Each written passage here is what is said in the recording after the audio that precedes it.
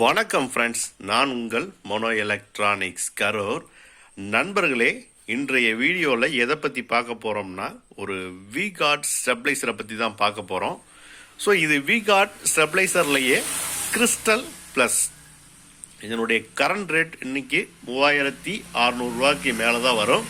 3600 to 3700 ரூபாய்க்குள்ளே வரும். இதில் ஒரு சின்ன கம்ப்ளைண்ட்டு. ஸோ அது என்ன கம்ப்ளைண்ட் அப்படிங்கிறதையும் நம்ம பார்த்துருவோம். ஸோ இதனுடைய கெப்பாசிட்டி அப்படின்னு பார்த்தீங்கன்னா 3 ஆம்பியர் கொடுத்துருப்பாங்க. ஸோ இது எத்தனை இன்ச்சு டிவி வரலும் பயன்படுத்தலாம் அப்படின்னு பார்த்தீங்கன்னா 40 to 47 வரலும் நீங்கள் இதனுடைய ஸ்டெபிளைசரை நீங்கள் பயன்படுத்திக்கலாம். இதனுடைய ஸ்டெபிளைசருடைய ஆம்பியர்னு பார்த்தீங்கன்னா 3 ஆம்பியர் கொடுத்துருப்பாங்க.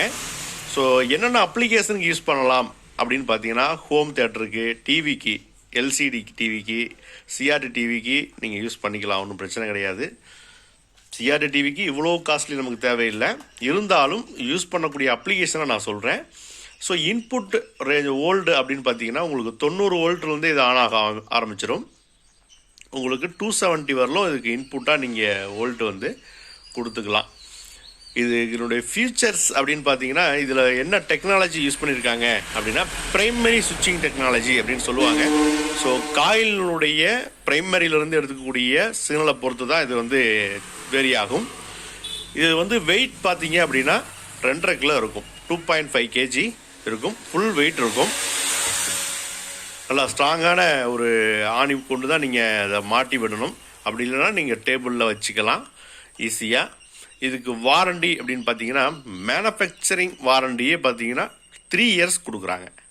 ஸோ அப்போ மேனுஃபேக்சரிங் வாரண்டி 3 இயர்ஸ் கொடுக்குறாங்கன்னா இதனுடைய குவாலிட்டி தரம் எப்படி இருக்குன்னு பார்த்துக்குங்க. ஸோ அந்த அளவுக்கு இதனுடைய குவாலிட்டி தரம் இருக்கும். ஏன்னா 3 ஆம்பியரில் உங்களுக்கு நல்லா பெரிய டிரான்ஸ்ஃபார்மர் போட்டு அதனுடைய டிலே டைம் அதாவது 2லேருந்து அதாவது 4லேருந்து இல்லைன்னா ஒரு 6 வரலும் உங்களுக்கு டிலே டைம் நல்லா தெரியும், டிஃப்ரென்ஸ் இருக்கும். ஸோ நம்ம இதனுடைய கம்ப்ளைண்ட்ஸ் என்னங்கிறதையும் நம்ம பார்த்துருவோம். ஸோ இப்போ நான் ஆன் பண்ணுறேன். ஸோ இன்புட் லைட் எரியுது. இப்போ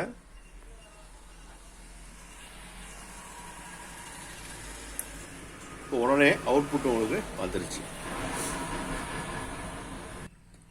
அவுட்புட் பாருங்கள், உங்களுக்கு லோவாக தான் வரணும். அவிஞ்சு வருது பாருங்கள், தெரியுதுங்களா? ரீலேவரில் ஒரு சவுண்டு வருது பாருங்கள். ஸோ இந்த மாதிரி கம்ப்ளைண்ட்டுக்கு என்ன பண்ணுறதுங்கிறத நம்ம பார்ப்போம். அவுட்புட்டில் உங்களுக்கு எதுவுமே வராது. ஸோ கழட்டிட்டோம் உள்ள பாருங்கள். இப்போ இவ்வளோ பெரிய டிரான்ஸ்ஃபார்மர் உள்ளே யூஸ் பண்ணியிருக்காங்க அப்படின்னு தெரியும் உங்களுக்கு. இது 3 ஆம்பியருக்கான காயிலு. இதில் யூஸ் பண்ணியிருக்கக்கூடிய காமர்ஸ்லாம் பார்த்தீங்கன்னா எஸ்எம்டி காமர்ஸ் தான் யூஸ் பண்ணியிருப்பாங்க. ஸோ இதெல்லாம் அவ்வளோ சீக்கிரம் போகாது. இதனுடைய பிசிபியே நல்ல குவாலிட்டியான ஒரு பிசிபி தான் போட்டிருப்பாங்க.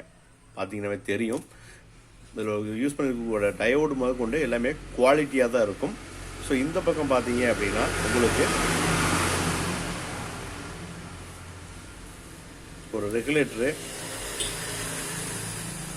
2-3 கெப்பாசிட்டர்ஸ், 3 ரிலே அதான் போட்டிருப்பாங்க.